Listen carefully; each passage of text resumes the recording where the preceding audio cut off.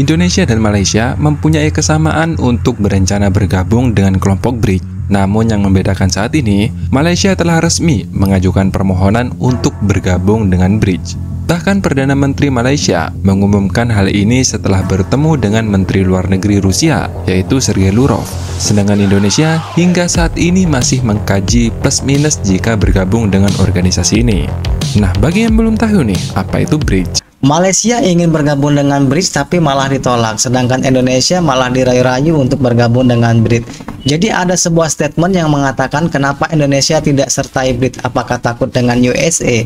Kalau ada statement konyol bilang Indonesia belum bergabung dengan BRICS karena takut pada Amerika, wah, Vicky nih, dia buta ilmu politik. Indonesia punya pilihan, sedangkan Malaysia mustahil masuk anggota G7. Paham kan?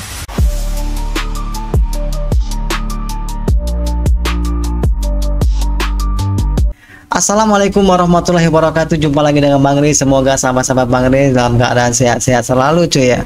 Nah, jadi alasannya kenapa Indonesia belum bergabung dengan BRICS, karena Indonesia itu sangat teliti ya cuy ya. Hingga saat ini masih mengkaji plus minusnya bergabung dengan BRICS. Dan Indonesia juga punya dua pilihan sebenarnya cuy. Sedangkan Malaysia mustahil untuk masuk anggota G7. Nah, mungkin teman-teman ada yang belum tahu tuh apa itu BRICS ya. Nah, yuk kita simak aja video lengkapnya di info Wiwi sana. Jangan lupa di like, komen, dan subscribe ya cuy.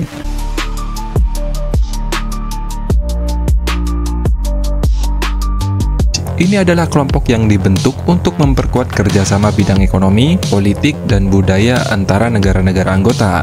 Dalam kelompok ini, yaitu ada Brazil, Rusia, India, Cina, dan Afrika Selatan yang berperan penting karena dianggap mempunyai ekonomi yang terbesar. Simpelnya, BRICS ini dibentuk untuk menandingi kelompok G7, namun versi negara-negara berkembang, seperti itu. Nah, seperti yang awal saya bilang, Malaysia sangat ingin bergabung dengan keanggotaan BRICS. Namun, sayangnya mereka ditolak oleh salah satu negara anggota BRICS itu sendiri, yaitu India.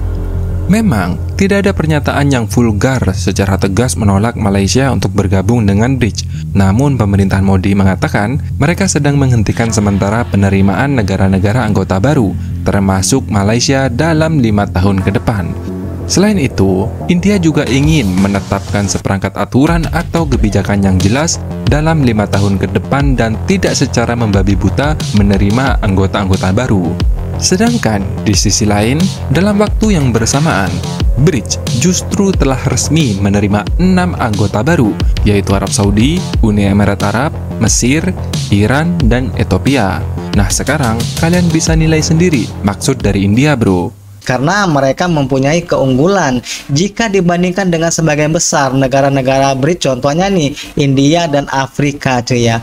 Jadi Malaysia akan memanfaatkan keunggulan itu untuk mempengaruhi pada BRICS, yaitu mencari keuntungan dalam perdagangan dari anggota BRICS tersebut. Mengetahui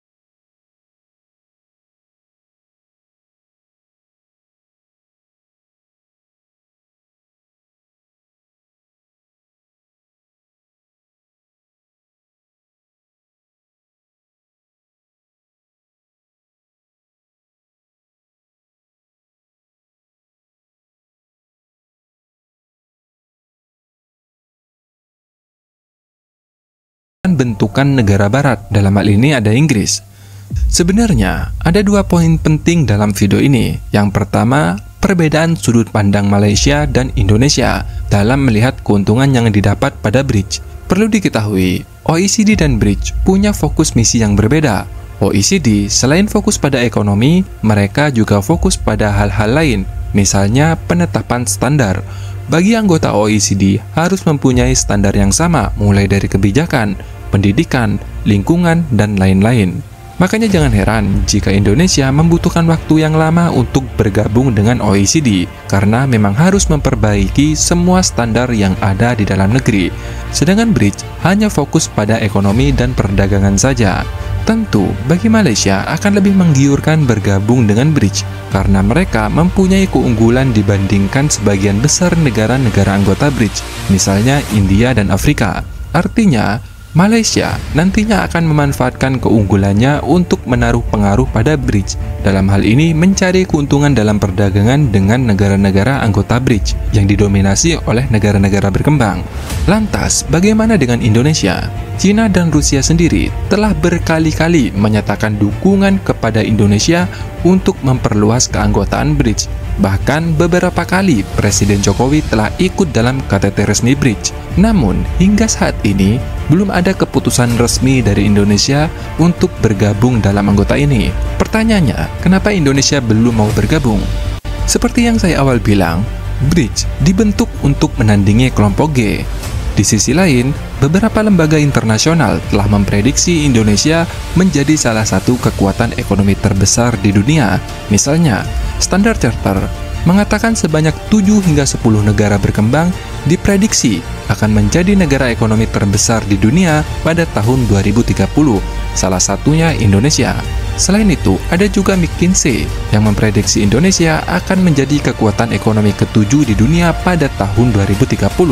Begitu pula dengan GS dan PricewaterhouseCoopers. Kedua lembaga tersebut mengatakan Indonesia akan menjadi ekonomi terbesar keempat di dunia pada tahun 2050. Artinya apa? Indonesia saat ini sedang dihadapkan dengan dua pilihan kelompok ekonomi sekaligus, yaitu G7 dan BRICS.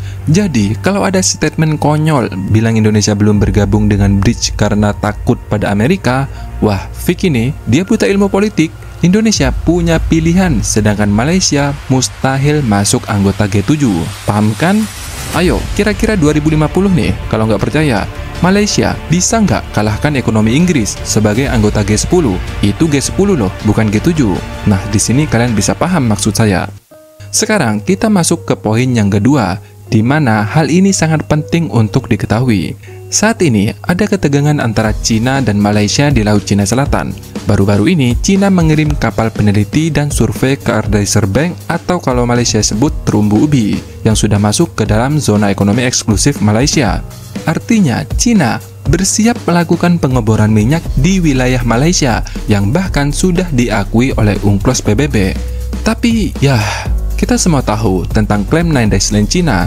Jangankan Malaysia, Filipina saja yang dibackingi langsung oleh Amerika, bahkan ada pangkalan militer Amerika di Filipina, masih saja diinjak-injak oleh China di LCS. Philippine military aircraft, I'm warning you again, leave immediately, or you will bear forward responsibility for all the consequences. Malaysia sadar tak mungkin menghadapi China dengan otot, maka dari itu mereka memilih jalur diplomasi. Kalau merujuk pada buku yang berjudul Study of War yang dipopulerkan oleh Quincy Wright, maka langkah yang diambil Malaysia adalah langkah bandwagoning. Strategi ini biasanya digunakan dalam hubungan internasional oleh negara-negara yang lebih lemah untuk bersekutu dengan negara yang lebih kuat, meskipun negara tersebut merupakan calon musuh atau musuh potensial. Dalam konteks ini, jelas tujuan Malaysia bergabung dengan BRICS, mereka berharap akan mengurangi agresivitas China pada wilayahnya di Laut Cina Selatan. Tentu, langkah semacam ini mustahil Indonesia ambil jika menyangkut teritorial. Maka dari itu, walaupun China agresif di Laut Cina Selatan pada negara-negara di kawasan, tapi mereka tidak agresif pada wilayah Indonesia. Karena China sendiri tahu, jika berhadapan dengan Indonesia tidak ada kata lain selain baku hantam. Tentu, kehilangan Indonesia pasti juga akan merugikan China dan BRICS itu sendiri, karena memperkuat alasan Indonesia untuk semakin dekat dengan kelompok G yang merupakan saingan terbesarnya. Nah, bagaimana menurut pendapat kalian? Apakah Indonesia harus bergabung dengan BRICS atau kelompok G7? Silakan tulis pendapat kalian di kolom komentar. Nah, mungkin cuy, ini adalah jawabannya sangat jelas ya cuy ya, dari pertanyaan Zaidi 5879. Jumpa lagi di video berikutnya. Assalamualaikum warahmatullahi wabarakatuh.